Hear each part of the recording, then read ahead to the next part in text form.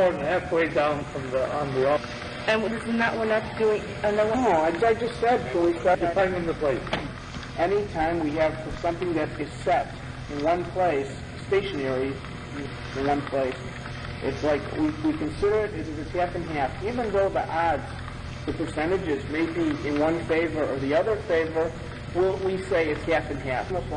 Okay, now we add an additional fact that this is so whether we're looking for leniency or whether we're looking for stringency. How does Rav Zera know this? From the example cited above, where we have 9 stores. All 9 stores are selling shechted meat, which is kosher. The achas in one store are selling meat that is not shechted, which is, and you took it from one of those stores, the enemy of it. We say that the suffix is also. We go here and we're saying that since it's like half and half, because it's in the store, it's set in the store, so it's stationary, it didn't move out. It's like it's half and half, and therefore we don't say because perhaps the percentages are in favor, and therefore we will say it's kosher. We don't say that. It's like we have 5 stores selling kosher meat and 5 stores selling non-kosher meat, and we consider it also on a suffix of this sort. We say it's also. Right. When it's that you found it out, that's what. But if you didn't find it in the Muslim, then. So now it was out from its place, its designated place, and we found it outside. It had moved by someone had moved it, other than had moved it. Otherwise, it didn't. Well, then we go after the majority. Because we say that it is separated from the group, from its stationary position.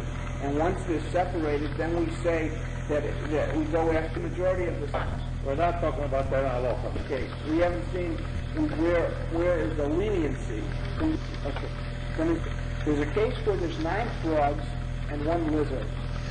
If we touch a frog that's dead, it doesn't make one spiritually unclean. It doesn't make one tummy. A person's Torah, if he touches a dead person, that if somebody touches a sheriff, the Torah says, he touches one of the shvatzim, that because if you touch it, it makes you tummy. And one thing there that will make you tummy, but they look somewhat alike. You might not remember which one you had touched because they look similar. Okay, so we have a stringency. In this case, we go in the stringency and we say, this is 9 things that will make you tamei if you touch it when it's dead. You don't know which one you touched. Where they are not usually found. Okay, therefore we say it's kamasa amatsudami. I mean, whatever separate from the majority.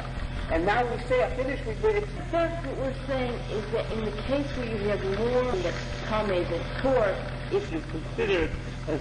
What I'm saying is that and this is, of course, they say that since we don't know. That's why she asked me this question. I was thinking, and the thing I thought was like, we don't understand the reasonings on why in this case the other way. It's like it's given that this is the way it is. Yes. But we don't have a idea. So we don't know. As long as we don't have a idea, he has no idea.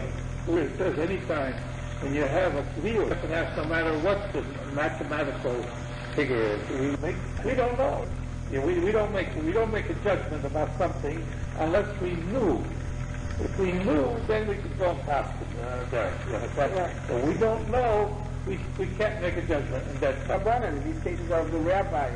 Okay, these are laws of the rabbis. So now, where do we find a case in the Torah? Where do we find such a thing? It's by a case where we're talking about already mikvah.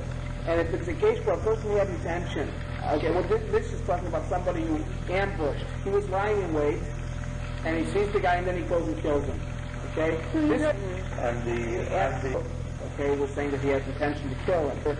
A guy throws a stone, a rock, into a group of people, not knowing, who he's actually gonna hit. He just throws into a group, throw a bomb, and they don't know who's gonna get killed. If you throw it in the midst of a group, a group of Jews, what we're talking about. Okay, the name, among them. You look at we don't need a prophet to tell us this. We can figure it out. The Canaanim was the majority of the people of Canaanim. Then obviously he didn't have intention to kill the Jew. The majority of the odds are he's probably trying to kill a guy. And then it's the same thing would be if it was half and half. We can figure out if it was a doubt and that he wanted to by a case of capital punishment. In any case. Okay, then it says it's a case of 9 Jews and 1 guy. B'naiim, among them, a group of Jews. And in this case, we can learn the Chalkli. Any case where since the boy is satisfied, and he's saying you need one row in the middle. Which means that if this happened at this time, this girl was going and she was trying to fill water from a well and she got raped. Now, what do we do in this situation? We say, so we need 2 rows. This was just a case. In that time, how do we master her? They were trying to find a way to master her at that time. Yeah, we do. And this was the sheet at that time, only for that case. This was the psak at that time. He's not making any guidance. He's not, like he would say, so now, if you could just a shaw, you just take this young lady, you need... It's unusual because we had matzah bar tino. They find this tino, a little child, who... we have a similar case. Yeah, and if the majority of the people in the city are goyim, the child's considered a goy. Wait. If the majority of goyim are there, we find a little child. We find a little child. The majority of the people in that area are. We will treat him as though, for some purposes, as though. For the purposes of this Mishnah, until we learn, isn't this what it's saying? That it's saying we treat him as he's considered a goy. So I would qualify for purposes for our purposes. If we don't know. The mere fact we don't know doesn't make it automatically that he's a boy. Definitely he's a boy. I mean, we have no proof positive. All we know, majority of the people in that locality. Let's learn it this way, please. We don't know whose parents. And the majority of the people around us, we will treat him as though he's a boy. Okay. For what purpose, again, we don't know. We just make general statements. Okay. Later on, we'll qualify what we treat him for as a Jew. But right now, we're not saying he's a goy, definitely, and we're not saying he's definitely a Jew, even though the words say that. Yeah. We're saying as a goy for certain purposes which it doesn't tell us. Let me do the next one, because if I don't get this right, I'm stupid, because I should be getting the hang of this by now. No, do you understand what I'm saying? I just say, with all due respect, and I'm not Giverpowski, I'm not trying to do anything like that. This is just for my own education purposes. When I usually do it, when I'm learning a Gemara, and not with when we're yet to look, I would usually, this is what I just probably learned, but learn the Mishnah like it's read until we learn it differently. I appreciate that, but when you do it that way, then they have to correct things. First you said it was you're taken away and say it. You got to say, for certain purposes, we'll treat them as though we don't. I don't mean any disrespect by this. No. I think that's much better. That way they don't never get the impression. Okay. That's much better that way. Then when you fill in the details, it fills in. You don't have to change your mind about what you learned shot before. Where there's half Jews and half. For some purposes, we treat him like a Jew. Not okay. After the first one, you still don't know what the Gemara later will come. Okay. So the Gemara says, Rob says, Lo Shana. We only learn this that by a case of half and half, and we consider him in some ways like a Jew. We say this only to keep him in purposes of giving him food and keeping him alive. These purposes like a Jew. Right. And I'll reiterate it. So I was learning it right. I didn't look at it. I'm sorry. I don't know why I didn't see that before. You're right. So we have 3 possible cases where we could treat him like a boy for some purposes we don't know. We treat him like a Jew for some purposes we don't know. We treat him like a Jew. Again, we don't know for what purpose. He says, well, Rob says, when we say there's a majority of, because we have a responsibility. Now I can understand the other part. Okay. Well, let me do it now. I was getting trouble with it. Now it makes sense.